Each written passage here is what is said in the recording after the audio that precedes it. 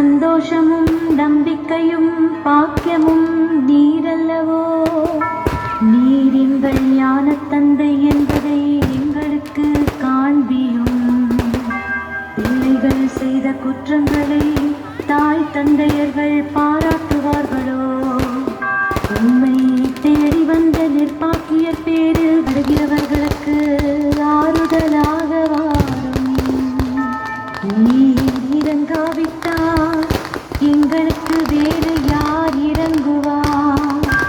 நீர் ஆதரியாவிட்டால் எங்களை வேறு யார் ஆதரிப்பார்?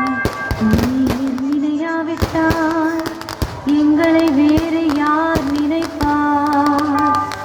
நீர் உதவாவிட்டால் எங்களுக்கு வேறு யார் உதவுவார்? தஞ்சமென்று ஓடி வந்த அடியோர்கள் பேரில்